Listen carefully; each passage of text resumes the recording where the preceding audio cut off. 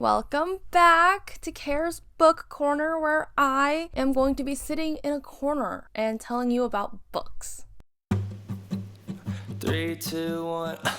I feel like I say this every time I film a book corner video, but it's truly been a while since we've been here. I hope you're doing well. I hope you had some good reads, because I, as you can likely tell by the title of this video, have not been. As always, I try to coordinate my shirt to the theme of this video, and I was like, what can I wear that is like a book slump? And I was like, well, this is the slumpiest sweatshirt that I own, and also, I don't know, it's brown, so that is book slumpy to me. If you also resonate with a book slump being the color brown, let me know. Just because I mentioned one of these books does not mean that I did not like it. It's just that it threw me into a book slump. We are going to get started very quickly with the book that gave me this video idea, which is Murder. Here's the thing about this book. I don't know whether or not I liked it or not. Goodreads was not working for me this morning. I don't know what to think about this book without Goodreads telling me what I should be thinking about this book. But me using my own brain after reading this book, I don't know what I think. There were some good lines, but did I enjoy it? I don't know. Did I not enjoy it?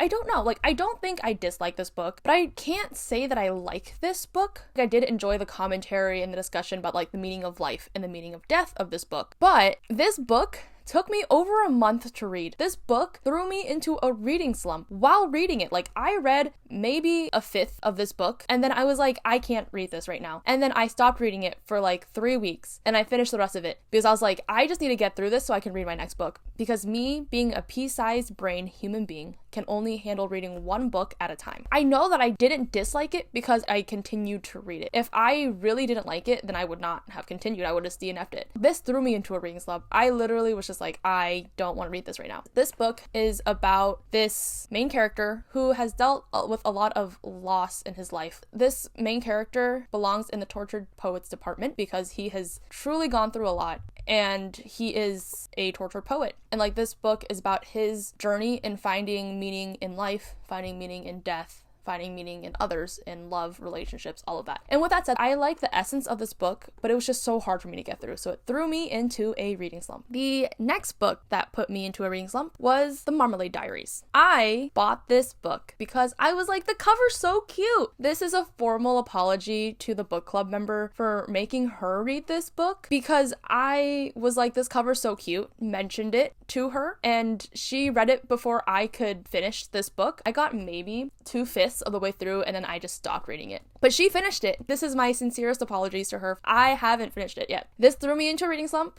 and I was like, I can't read this book anymore. So I didn't. This book is a nonfiction of this guy, I think, in his 30s, who moves in with an 85-year-old woman and their stories. But The Marmalade Diaries has a cute cover. I'm just a girl who buys cute things. The next book that threw me into a reading slump is The Bell Jar. And this book I really thought would be right up my alley because I just love depressing books. I was walking through a bookstore with one of my friends, and I was like, I really love this book right here, Blue Sisters. And she was like, oh, what's it about? And I was like, depression, toxicity, just, the huge. And you would think that The Bell Jar would be right up my alley because it is not only depressing, but it's also a bit toxic. That one truly threw me in a reading slump, where after I finished reading it, I was like, I can't read anything for right now. I just need to stop. I just need to take a break. Could I tell you what The Bell Jar is about? Also, no. I did read it. I just didn't retain any of it. It's a very popular book, so you can look it up for the summary. From what I remember, it's about this character with mental health issues, which, isn't that just so relatable? The next book that threw me into a reading slump is Ghost Lovers. Here's another book that I bought because I said, wow, that cover's so cute. This is a short story collection about a lot of random things. From what I remember, because as you can tell, I read, but I don't necessarily retain a whole lot. I just remember these stories being a little weird, a little odd, hard to get through. I don't think this is a bad book. This book was objectively well written. It's just not well written for me, perhaps. That's similarly how I feel with Murder, where I know that it's a good book. It's objectively written very well, but I just think that my peanut-sized brain is maybe too small to comprehend it. It is not sophisticated enough. And I feel the same way about this book. Although I just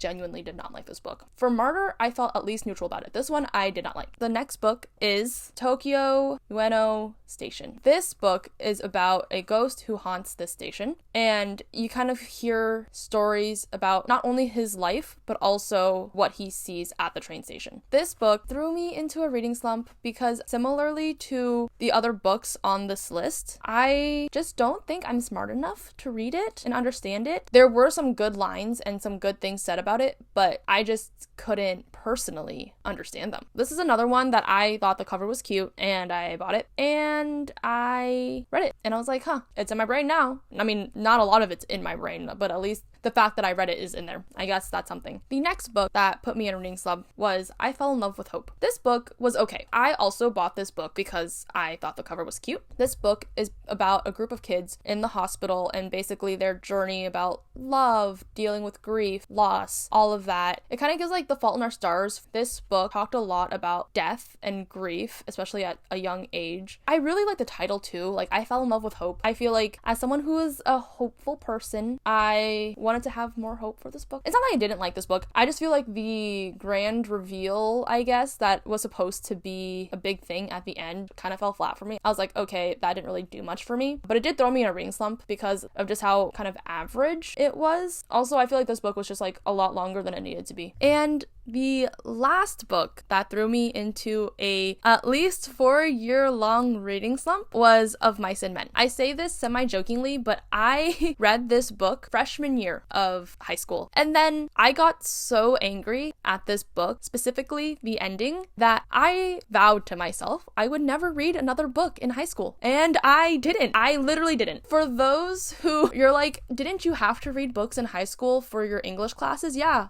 I did. Did I? No. If any teachers, authority figures are watching this, that was a joke. I read every single book that I had to in high school because I'm a good student. So Of Mice and Men is, if you didn't read in high school, good for you. You probably read the rest of the books in high school because you didn't have to read this book. This book is about, I want to say one of their names is Buddy. Someone fact check me because it's been over a decade since I read that book. But it's basically about like two guys working on a farm. I don't know what happens. All I remember is the ending, and I'm not going to spoil it because no spoilers. I distinctly remember the moment I finished that book. I finished the book. I wanted to throw the book across the room, and at that moment I said, I'm done reading for high school. Thank you so much. I could have read so many more books if it weren't for Of Mice and Men. Don't read that one. Unless you have to for school, then read it, because reading for school is important. Clearly you can't graduate without reading a single book in high school.